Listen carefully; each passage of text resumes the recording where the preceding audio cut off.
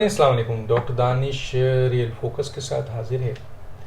4 اہم چیزیں ہیں جو میں آپ کے سامنے لانا چاہتا ہوں۔ ایک تو یہ ہے کہ میاں نواز شریف صاحب کی واپسی میں کیا رکاوٹ ہے، اور دوسرا اسحاق ڈار صاحب کے لیے اچھے اشارے اب آ گئے ہیں اور ضرورت بھی ہے۔ پی ایم ایل این کی حکومت اگر پی ٹی آئی کی میجر حکومت ہوتی، یعنی پیپلز پارٹی کی ہوتی ہے، کسی اور جماعت کی ہوتی، تو ظاہر ہے وہ اپنا کوئی اعتماد کا نمائندہ، کیونکہ وزیر اعظم کے ساتھ وہی آدمی ہونا چاہیے جو پی ایم ایل این کا ہو یا اس پارٹی کا ہو۔ تو اس صورتحال میں پی ایم ایل این میں اسحاق ڈار صاحب سے بہتر کوئی اور آدمی نظر نہیں آتا ہے، وہ خود مانتے ہیں ان کے لوگ۔ اور اسحاق ڈار صاحب وہ ہیں جنہوں نے 2 دفعہ معیشت کو چیک کیا ہے، بہتر کیا ہے، اور ان کو اس رائے رموز پتہ ہے، سارے معاملات کو جانتے ہیں، آئی ایم ایف سے کئی دفعہ ایگریمنٹ کر چکے ہیں، ایک عوامی نمائندے ہیں، تو اس لیے ان کا اور شوکت ترین جو عوامی نمائندے نہیں ہیں ان کی ڈیلنگ میں بڑا فرق ہوگا، یا حفیظ شیخ جو تھے ان کی ڈیلنگ میں بڑا فرق ہوگا، یہ تو ہم بہت پہلے بھی بتاتے رہے ہیں۔ لیکن کیا وجوہات ہے کہ اسحاق ڈار صاحب کی حکومت کو آئے ہوئے تقریباً کوئی 2 مہینے ہو رہے ہیں، لیکن اسحاق ڈار صاحب پاکستان نہیں آ رہے، اور معاشی طور پر جن صاحب کو یہ ذمہ داری دی گئی ہے وہ ایک ارب پتی آدمی ہیں، بیسیکلی وہ ایک لحاظ سے آئی ایم ایف کے ترجمان بھی ہیں، اور ایک نااہل اس شعبے کے لیے جو موجودہ حالات ہیں اس کے لیے نااہل ہیں۔ میں نہیں کہتا، بہت اہم ترین معاشی ماہرین یہ کہہ رہے ہیں کہ مفتاح اسماعیل موجودہ حالات میں ایک نااہل ترین آپ کے وزیر خزانہ نظر آ رہے ہیں، اور ان کے بس میں کوئی چیز نظر نہیں آ رہی ہے۔ وہ تو الگ بات ہے کہ ان کے پیچھے محمد الرحمان، آصف زرداری، نواز شریف، شہباز شریف، ایون اسحاق ڈار صاحب اپنی کوششوں سے کچھ بہتری لانے کی کوشش کر رہے ہیں، ورنہ اگر انہی پہ چھوڑ دیا جاتا تو یہ تو معیشت کو اس جگہ پہ ٹوٹل لے جاتے جس جگہ پہ آئی ایم ایف نے عمران خان تک کو پہنچایا تھا، ان کو ہی پہنچاتے۔ لیکن مجبور ہیں، ایک سفارش کے 2 بنیاد پہ آئے، سفارش بہت تگڑی لگا کے آئے یہ، لیکن اب یہ سفارش کا وقت نہیں ہے کیونکہ یہ مسئلہ پاکستان کا ہے۔ اور اس سلسلے میں میری بھی بات ہوئی ہے، اور بہت سارے اہم جگہوں پر یہ چیزیں اب سامنے آ گئی ہیں، اور عوامی ایک ڈیمانڈ آ رہا ہے، خاص طور پہ پی ایم ایل این اور دوسری جو لوگ ہیں انہوں نے ایک ڈیمانڈ رکھا ہے کہ جناب وزیر اعظم صاحب، آپ کے پاس جب ایک ایسا بندہ ہے جو ان کرائسس کو فیس کر چکا ہے 1 دفعہ 2 نہیں، اور آج بھی وہ کہتا ہے کہ مجھے اس مرض کے نفس کا اندازہ ہے اور میں اس کو بہتر کر سکتا ہوں، تو اس کو کیوں نہیں آزما رہے؟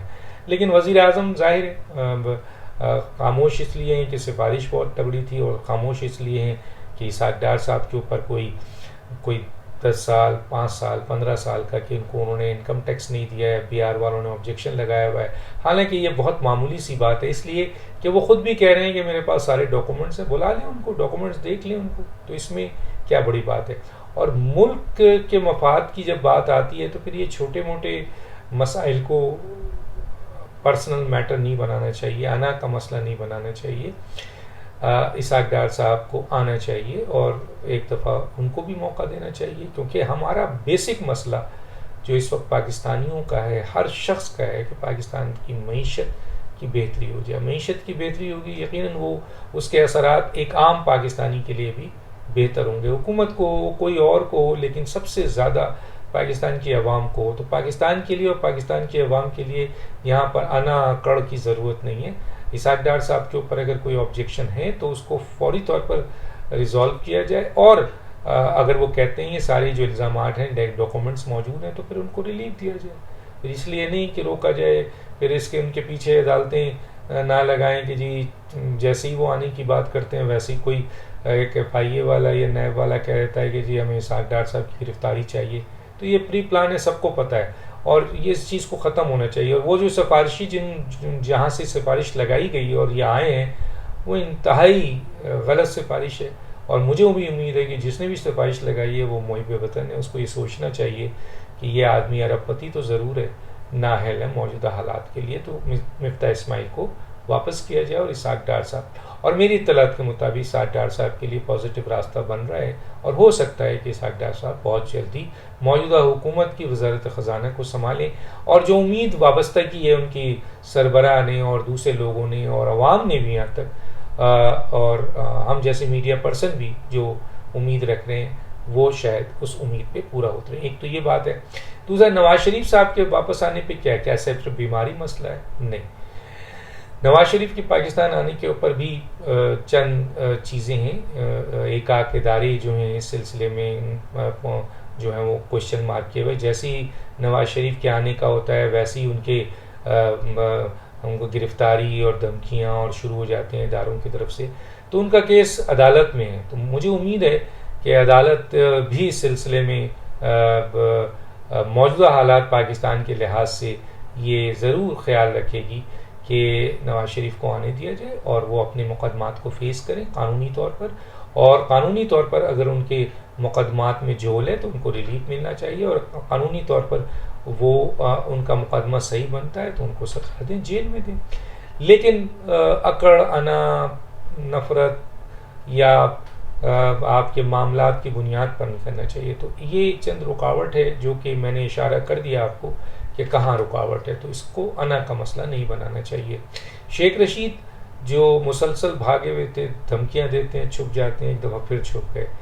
ایون کہ رانا ثناء اللہ ان کو گرفتار کرنا چاہتے ہیں, وہ بھاگے ہوئے ہیں. کبھی وہ ٹائکون کے بیسمنٹ پہ چھپ جاتے ہیں, کبھی وہ مشہور زمانہ فارم ہاؤس جس میں ایک بڑی بدمزگی ہوئی ہے جو کسی وقت سامنے آئے گی, اور اس کے ساتھ ساتھ مختلف جگہوں پہ چھپ جاتے ہیں. سنا ہے لال حویلی میں چھپ گئے اس دفعہ.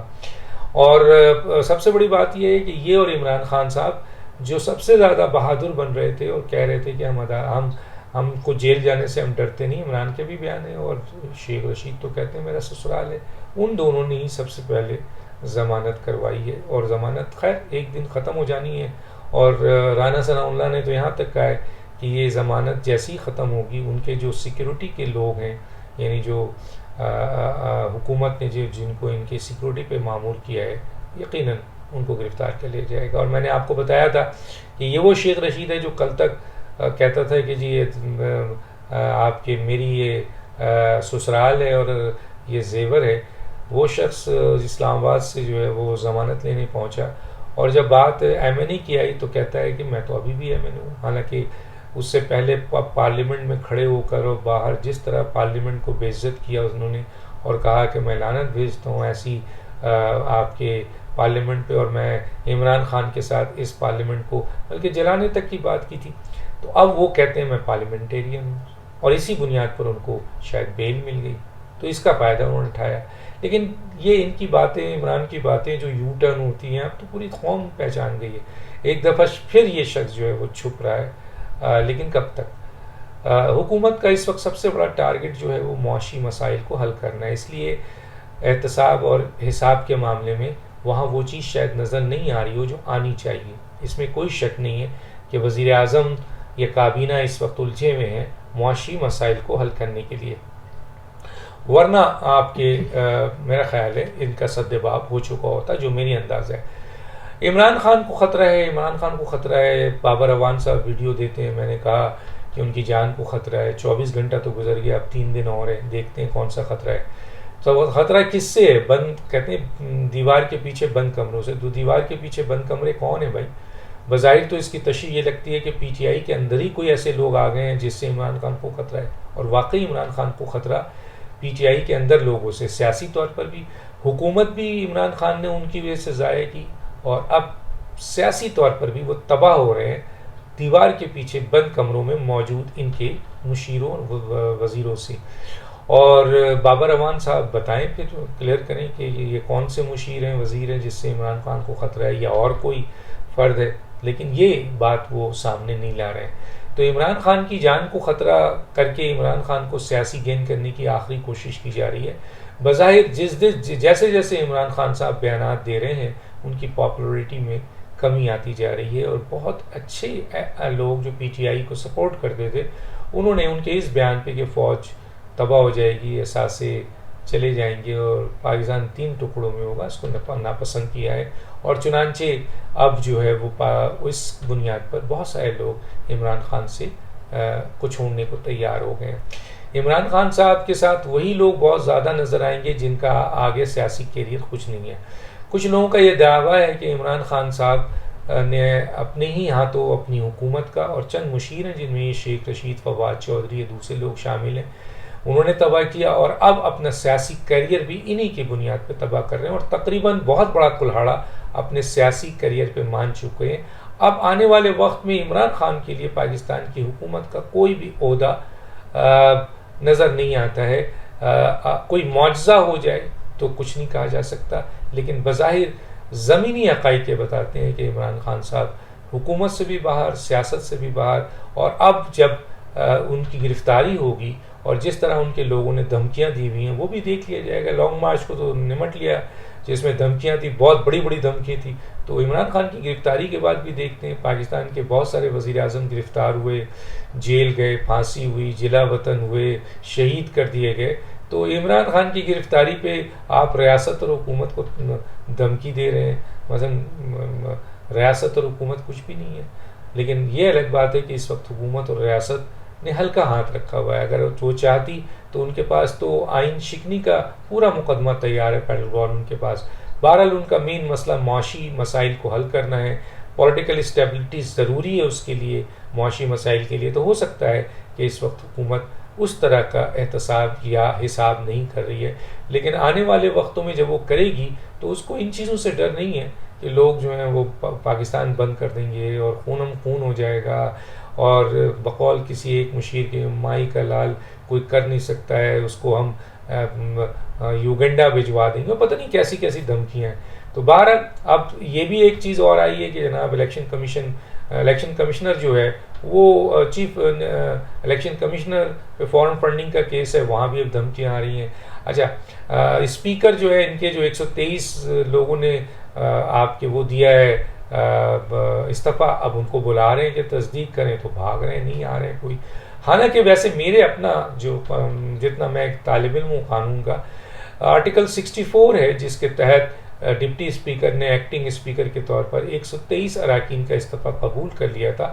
اب حکومت کے پاس یا اسپیکر کے پاس کوئی آئینی ایسا رولنگ نہیں ہے جس کی بنیاد پہ وہ جو رولنگ دی ہے وہ غیر آئینی ہے کہ جی میرے سامنے آ کے استعفیٰ تصدیق کریں۔ وہ تصدیق ہو چکا ہے، وہ انہوں نے دے دیا ہے استعفیٰ، اور ان سب کو استعفیٰ ڈپٹی اسپیکر نے as a acting speaker article 64 کے تحت منظور کر لیا ہے۔ تو موجودہ اسپیکر کو کوئی ایکٹ، پارلیمنٹ، رولز، بزنس، کوئی بھی رولنگ کسی بھی لحاظ سے وہ غیر قانونی ہوگی، غیر آئینی ہوگی۔ جس طریقے سے ڈپٹی اسپیکر نے آئین کے آرٹیکل 95 کی خلاف ورزی کی تھی، یہاں آئین کے آرٹیکل 64 کی خلاف ورزی اسپیکر کر رہے ہیں۔ تو یہ ہے چند باتیں جو میں نے آپ کے سامنے پیش کی۔ ڈاکٹر دانش کو اجازت دیجیے، اللہ حافظ۔